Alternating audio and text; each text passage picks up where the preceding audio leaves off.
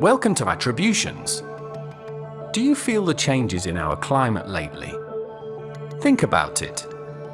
Mount Fuji in Japan, a site known for its snow-covered peak, didn't see snow this year. And 2024. It's officially the hottest year ever recorded. These aren't random events, they're signs of a planet in crisis.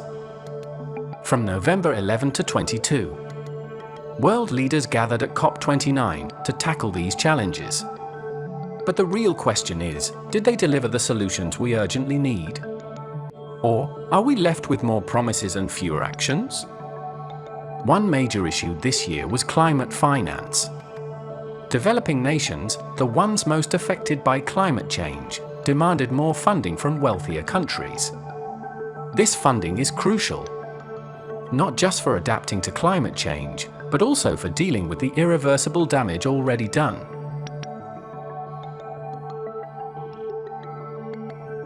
However, the promised financial aid, including the much discussed Loss and Damage Fund, still lacks clear commitments.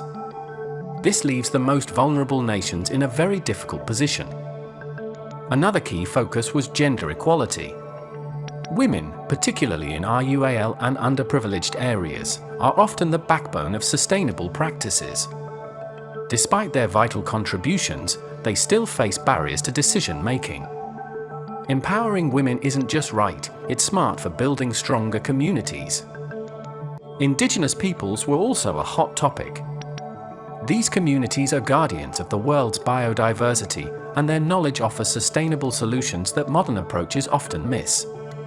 Yet, at COP29, their calls for recognition and support were largely ignored.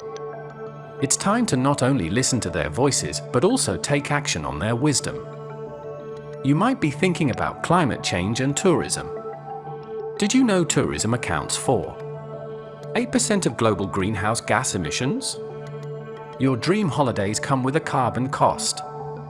COP29 called for sustainable tourism practices, but will industries take real action? Similarly, agriculture, a sector critical for feeding the world, was highlighted. Sustainable farming can reduce emissions, but many small farmers lack the resources to adopt these practices. Without investment in climate-smart agriculture, both the planet and food security are at risk.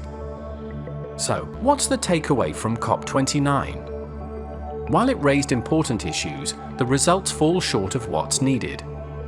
Financial divides persist, indigenous voices are overlooked, and sustainable practices across industries need much more support. But remember, climate change isn't just a government problem, it's everyone's problem. While leaders need to step up, so do we. Reducing waste, supporting sustainability initiatives, and holding businesses accountable are steps we can all take.